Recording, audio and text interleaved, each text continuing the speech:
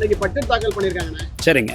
தாவேகாவோட முதல் பட்ஜெட் தாக்கல். சரிங்க. இதுல வந்து எந்த திட்டமும் இல்ல அப்படின்னு சொன்னாங்க. அதாவது மகளிருக்கு 62,500 ரூபாய்க்கு எந்த திட்டமும் வரல. சரிங்க. சரிங்க. 6 சிலிண்டர் ஃப்ரீ தராங்க. அதுக்கு எதுவும் இல்ல. இது எப்படி பாக்குறீங்க? ஏங்க இதுக்கு முன்னாடி ஆட்சி இருந்தது இல்லையா, அப்போ ஏதாவது கேட்டிங்களா நீங்கள்? அது நீங்கள் அப்போல்லாம் கேட்குறத விட்டு இப்போ இவர் வந்து 90 நாள் இந்த வார்த்தை கேட்குறீங்களே, எந்த ஒரு விஷயமும் ஒரு டைம் வேணும் இல்லைங்களா? அந்த டைமே இல்லை. அது நீங்கள் வந்து ஹரிபரின்னு சொல்லி பேசுறது எந்த விதத்தில் நியாயங்க? அது நீங்களே பண்ணாலும் சரி, இல்லை வேறு யார் பண்ணாலும் ஒரு டைம் வேணும் இல்லையா? டைமே கொடுக்காத நீங்கள் ஹரிபரி சொல்லிட்டு வந்து 90 நாளில் வந்து இது போல் கேட்குறது எவ்வளோ தவறான வார்த்தைகள். ஏன் முன்னாடி ஆட்சியில் இருந்தாங்களா, அவங்கள போய் கேட்க வேண்டியதானே நீங்கள்? என்ன கொடுத்தாங்க? எத்தனை மாதம் கழிச்சு கொடுத்தாங்க? எத்தனை மாதங்க? 2 வருஷத்துக்கு அப்புறம் கொடுத்தாங்க. கைது பண்ணது கரெக்டான விஷயம் தான் சார். எல்லா லேடிஸையும் தாக்குற மாதிரி அது இருக்காது. அது எப்படி சொல்லலான்றது எனக்கு தெரியல. அந்த வார்த்தை ரொம்ப தவறான ஒரு வார்த்தை. எல்லா பொம்பளைங்களையும் அதை அசிங்கப்படுத்துற மாதிரி. ஒரு பிரச்சனைக்காக, காவேரி பிரச்சனைன்றதுக்காக பேசுறாரு. அப்ப 5 வருஷம் இவங்க என்ன பண்ணிட்டு இருந்தாங்க? அதுக்கு முன்னாடி எதுவும் கேள்வி கேட்ட மாதிரி தெரியல பெருசா. இப்ப மட்டும் 3 மாசம் தான் ஆகுது இவங்க வந்து 3 மாசத்துக்குள்ள இதை பண்ணல அதை பண்ணலன்ட்டு இவங்க பேசுறதே ரொம்ப தப்பு. அது எப்படி எடுத்துக்கிறதுன்னு தெரியல. 5 வருஷமா 75 வருஷமா நடக்காத ஒரு பிரச்சனை எல்லாத்தையும் 3 மாசத்துல நம்ம டிவிக்கு வந்ததும் தீக்கணும்னு சொல்றதும் ரொம்ப ஒரு முட்டாள்தனமான ஒரு பேச்சா இருக்கு. அவர் பேசுறது எல்லாமே தப்பா தான் இருக்கு. தற்குறின்றாரு. முதலமைச்சர் நேத்தனடான ஓடுகாலின்னு பேசுறாரு.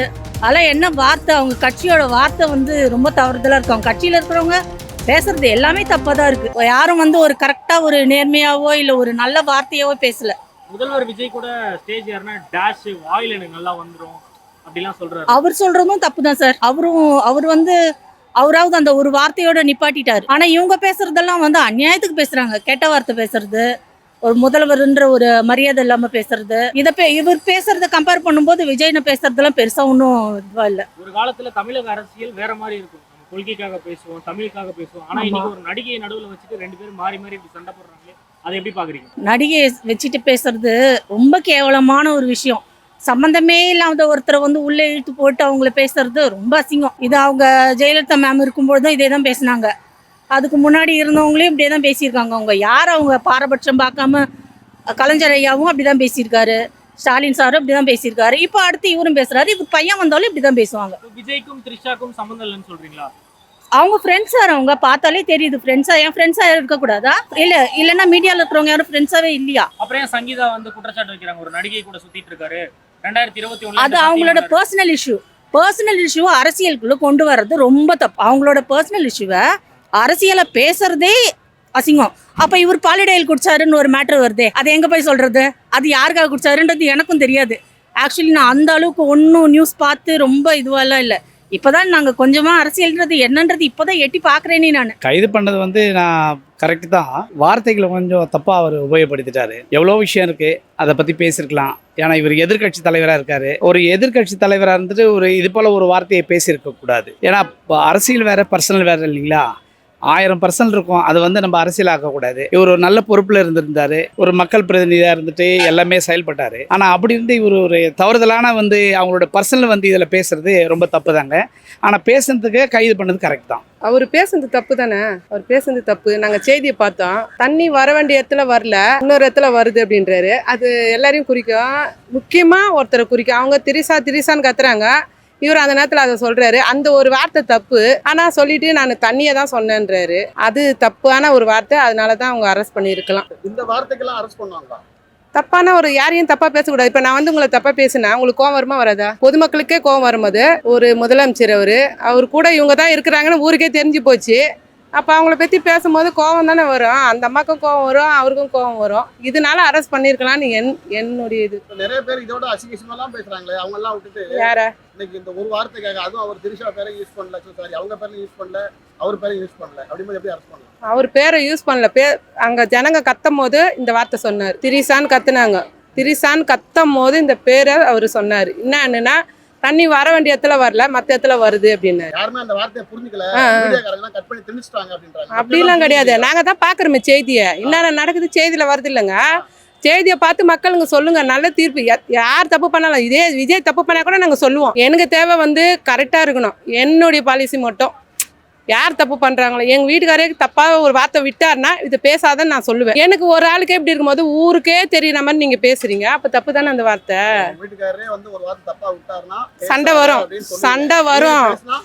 சண்டை பயங்கரமா சண்டை வரும், எங்க வீட்டுக்கு பிரியிற அளவுக்கு சண்டை வரும். அப்ப என்னுடைய ஒரு குடும்பத்துக்கே இந்த மாதிரி இருக்கும்போது ஊர் மக்களுங்க ஒருத்தரை பத்தி பேசும்போது பார்க்கும்போது அவங்களுக்கு கோவம் வருமா வராதா? ஏன் கேள்வி இதுதான். ஏன் நீங்க வந்தீங்களா, வேற எதனா பேசுங்க. அது மட்டும் இல்லாத அவரு இவர் பேசும்போது என்னன்றாருன்னா, எங்களை பற்றி தான் ஒரு விஜய் நோட்டை விட்டுன்னு இருக்கிறாரு, அதை முதலமைச்சர் நோட்டை விட்டுன்னு இருக்கிறாரு, வேற எந்த வேலையும் இல்லை அவருக்கு அப்படின்றாங்க. அப்படிலாம் கிடையாது, எல்லாரையும் பற்றியும் தான் பேசுறாரு. நாங்கள் பார்க்கும்போது செய்தி எல்லாரை பற்றி தான் பேசுறாரு. இவங்கள தான் பேசணும்னு கிடையாது. இவங்களுக்கு என்ன எப்படி சொல்றதுன்னே அது தெரியல நம்ம. ஏன்னா இது மக்கள் ஊரே பார்க்கும் நம்ம பேசுறது. நம்மளும் ஒரு வார்த்தை தவற விடக்கூடாது இல்லையா? உதயநிதி ஸ்டாலின் அவருடைய கைதை வரவேற்கிறீங்க. ஆனா ராணிப்பேட்டையினுடைய தாவேகா மாவட்ட செயலாளர் ஒரு கல்யாணமான பெண்ணுடைய வாழ்க்கையை சீரழிச்சிட்டாரு. அந்த அம்மா 20 நாளா கம்ப்ளைண்ட் கொடுக்குறாங்க. ஓகே, அவரை இன்னும் கைதே பண்ணல. உடனே புடிச்சு உள்ள தள்ளணும்ன்ற போனவே இல்லையே. அது அவங்க இனிமேட்டு தான் நடவடிக்கை எடுக்கணும். எப்படி ஒரு மாசமும் அந்த அம்மா வந்து பேட்டி கொடுத்துட்டு இருக்காங்க? அது எனக்கு தெரியாதுங்க. ஏன் அதெல்லாம் தெரிய மாட்டேங்குது உங்களுக்கு? இப்ப அதெல்லாம் வந்து பெரிய நியூஸா வெளில வருதா என்னன்றது சரியா தெரியல. ஸ்ரீவைகுண்டம் எம்எல்ஏ சரவணன் இருக்காருல்ல, அவர் மீது தொடர்ந்து ஒரு பெண் வந்து 1 மாசமா புகார் அளிக்கிறாங்க. தூக்க மருந்து கொடுத்து அந்த பொண்ணை வந்து சீரழிச்சிருக்காங்க தாவேகா கட்சியை சேர்ந்தவங்க. ஓகே, அது எல்லாத்தையும் வந்து விசாரணை பண்ணி உள்ள தூக்கி வச்சு போலன்னு பொழக்கணும். நீங்க சொல்றீங்க ஏன் விஜய் செய்ய மாட்டாரு, கட்சிக்காரங்கன்றதுனால ஃப்ரீ பாஸ் கொடுத்துறாரா?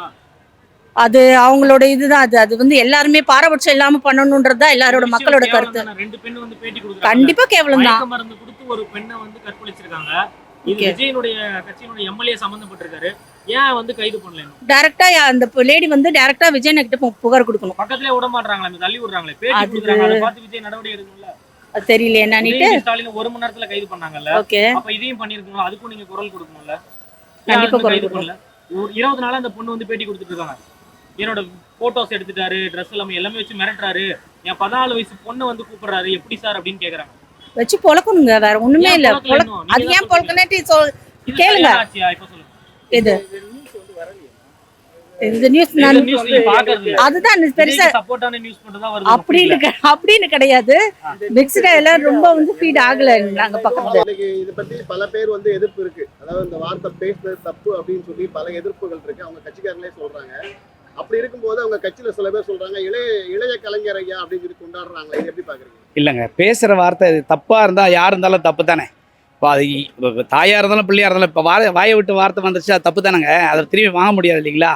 தப்பு தான். அவர் பேசுறது தப்பு தான். அதை வந்து கொண்டாடுறதெல்லாம் வந்து தவறான வார்த்தை. இன்னைக்கு பல பேர் சொல்றாங்க சட்டசபையில கூட முதலமைச்சர் அவங்க அப்பா காணும் சொல்லி ஒரு விவாதத்தை கிளப்பினாரு. அது ஒரு பிரச்சனை ஓடிக்கிட்டு இருக்கு. இல்லை அது சரியானு கேட்குறாங்க. இல்லை, அது தவறு தான். ஏன்னு காரணம் கேட்டால் அவர் என்ன பண்ணியிருக்காருன்னா, முதல்வர் வந்து நேராக போயிட்டு இவர் பதவி ஏற்ற பிறகு ஒவ்வொரு தலைவரையும் போய் பார்த்து ஆசி வாங்கினார். அந்த ஆசீர்வாதம் வாங்கிட்டு அவரோட பெருந்தன்மையை அதில் கொஞ்சம் குறைச்சிக்கிட்டார். வேற சிஎம் என்ன பண்ணாருன்னா, எல்லாத்தையும் போயிட்டு இப்போது முன்னாள் முதல்வர் திரு ஸ்டாலின் அவங்ககிட்ட போயிட்டு ஆசீர்வாதம் வாங்கிட்டு சால்வை போட்டு வந்தார். சால்வை போட்டு வந்தோன்னே அது ஒரு பெரிய பிளெஸிங் தானேங்க.